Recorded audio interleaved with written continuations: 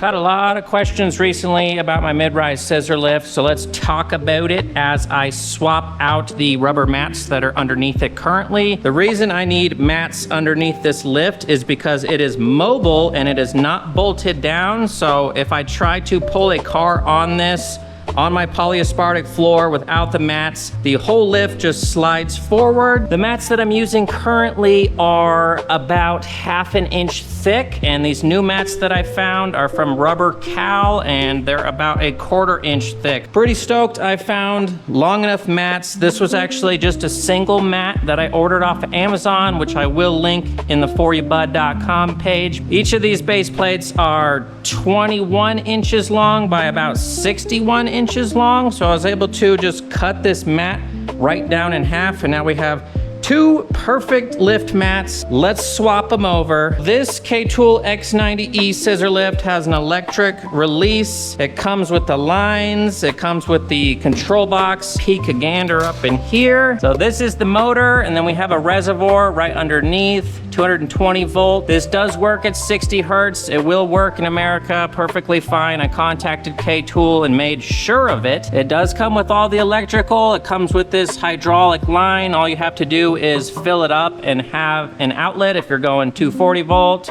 or you can get the 120 volt and just plug it into a normal outlet. One thing I added to this is some rubber dampeners underneath this, just to reduce the vibration and make this a little bit quieter, which it absolutely is.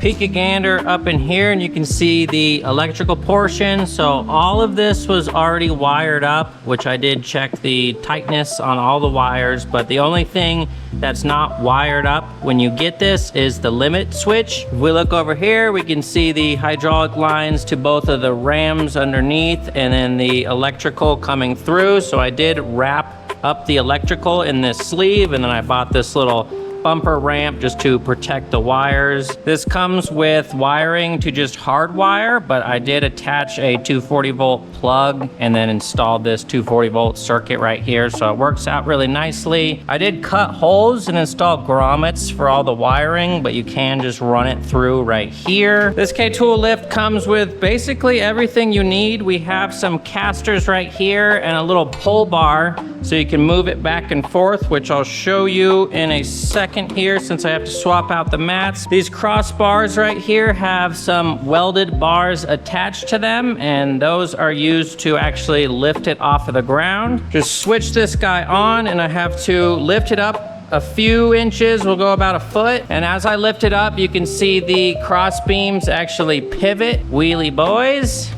So we got 3 casters, 2 are fixed, and 1 of them is pivoting. Here's the limit switch that I was talking about. So this is already all bolted in. There's just a wire that you need to wire up to the control box. Now these have these brackets right here with the cutout for the cross beam and then this little cutout for the welded bar. Once you lift it up, these cross beams pivot just enough so you can slip this guy right up on there and slip this guy right up on there. And we slip the pivoting one up front. Before I lower it down, let me just point out that there is some grease zerks on top of the rams. Kind of hard to see, but got a grease zerk right on the tippy top of those rams.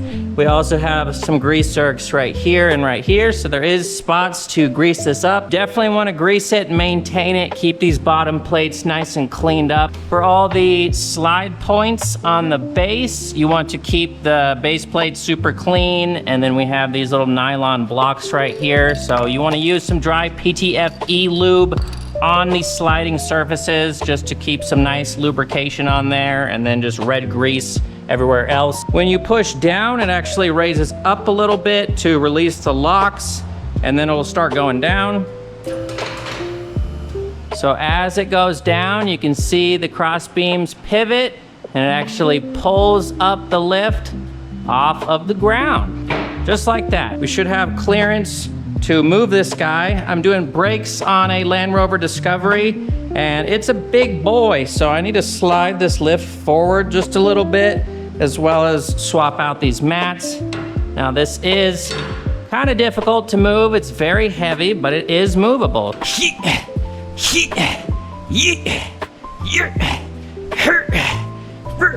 There we go.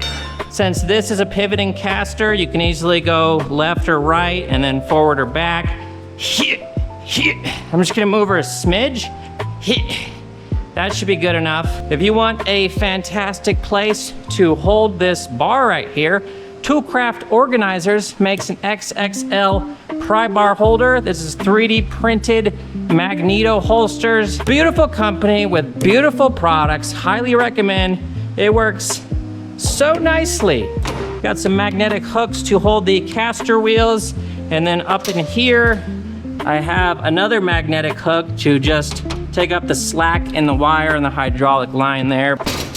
This guy is a little beeper for when you're lowering it down, and it is extremely loud, so I put a little piece of foam padding in there. I want this thing to be quiet, and it is absolutely just about as quiet as can be. I have this KATOOL X90E lift in my foryoubud.com page as well, but just take note, it is the 110, 120 volt model, not the 220. If you want the 220 volt model, you can go to mygaragesupplies.com. That's where I picked up this one. Let's go ahead and swap these mats out. Now you do want to be careful. Keep your fingers out from underneath this thing. If these weld points fail, it will drop down and you will have a very bad time.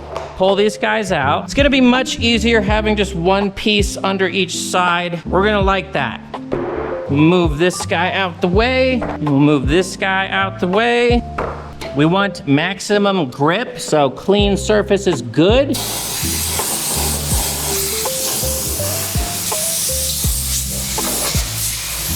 Get on, get! This is a 20-gallon Eagle compressor, by the way. It is extremely quiet, and we like it very much.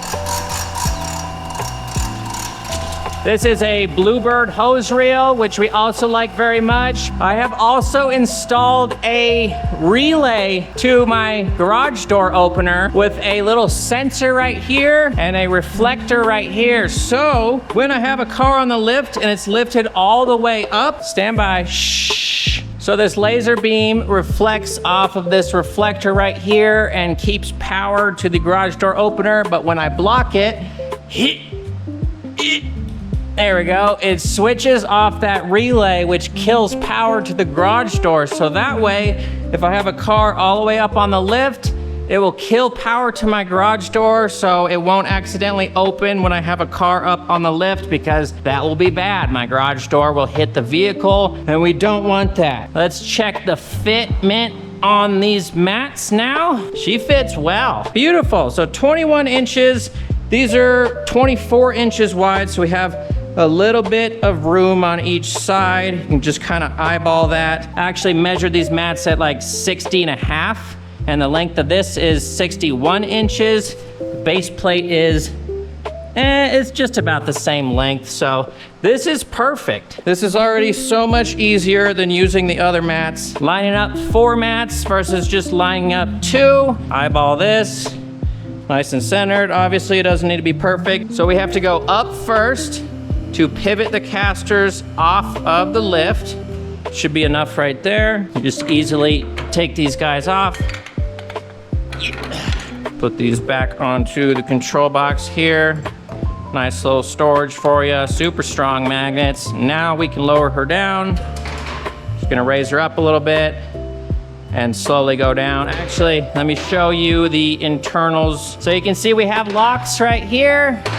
I'll get it to about halfway. You don't want to lift this all the way up with no weight on it, just because it's gonna have a hard time lowering back down. This button's for the lock, which just lowers it straight onto the locks there. We have 2 nylon blocks on the bottom and then 2 nylon blocks on the top here. And like I said, you want to lubricate with that PTFE lube, which is just some dry lubricant. A lot of people use lithium grease. If you use PTFE, which is a dry lubricant, you will have less dust collection up on the lubricating areas. So highly recommend that. It's important to maintain this, inspect it, check for loose bolts. I went around and just checked everything. All these Allen bolts, I made sure are tight. All these rollers, I made sure roll. I greased just about every point that I could find. There's also a grease zerk fitting right there.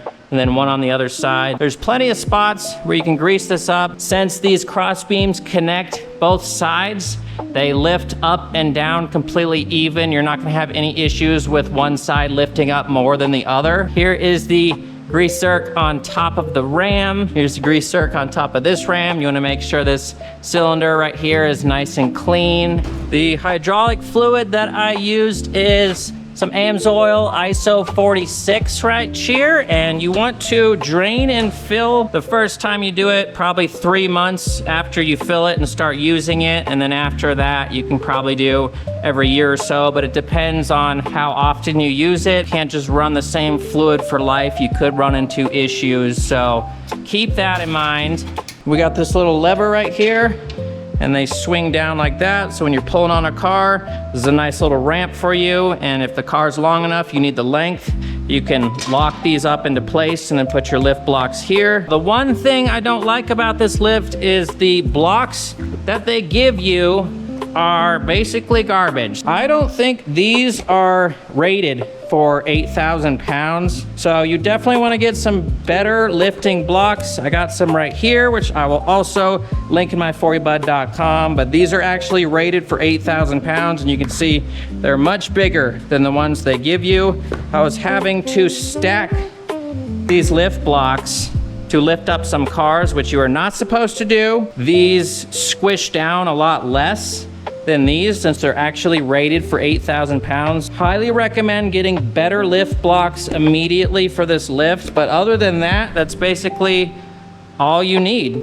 Let's grab a tape measure and just show you what that 47 inches looks like. So 47's right about here. That's where the body of the vehicle will be, and that's a perfect height for doing tire rotations and whatnot. And then obviously to do oil changes and everything else, you need a really low rolling chair, or you can get one of these beauties, which is a Aerocreeper. This thing is absolutely fantastic. We have lots of different adjustments. You can have it all the way up like this, which obviously won't work for this lift, but you can drop her down to about the middle squadron here. I can sit on this guy and comfortably go under the lift and do oil changes, whatever I need to do. So this creeper is not cheap. It's about $600 bucks, but it is on my forybud.com page, and you can use coupon code TE videos to get 10,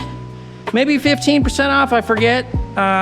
That's pretty substantial for something that's $600 bucks. This thing beats laying on your back and using Jackson jack stands, and this thing saves your back if you use it on the scissor lift. So highly recommend this thing. It is for airplanes, but guess what? It works fantastic for mid-rise scissor lifts. Who would have thunk? And she slims down and fits right under the toolbox. I mean, come on. Fantastic lift, highly recommend. It's finished dropping her down. The 220 volt model does raise up the vehicle quite a bit quicker than the 110 volt, but either one, if you don't want to wire in a 220 volt or you don't have one, a 110 volt system will work just fine. So there we go. What am I forgetting? Nothing. Now we can drop these ramps down and get ready to do brakes on the Land Rover. Bam.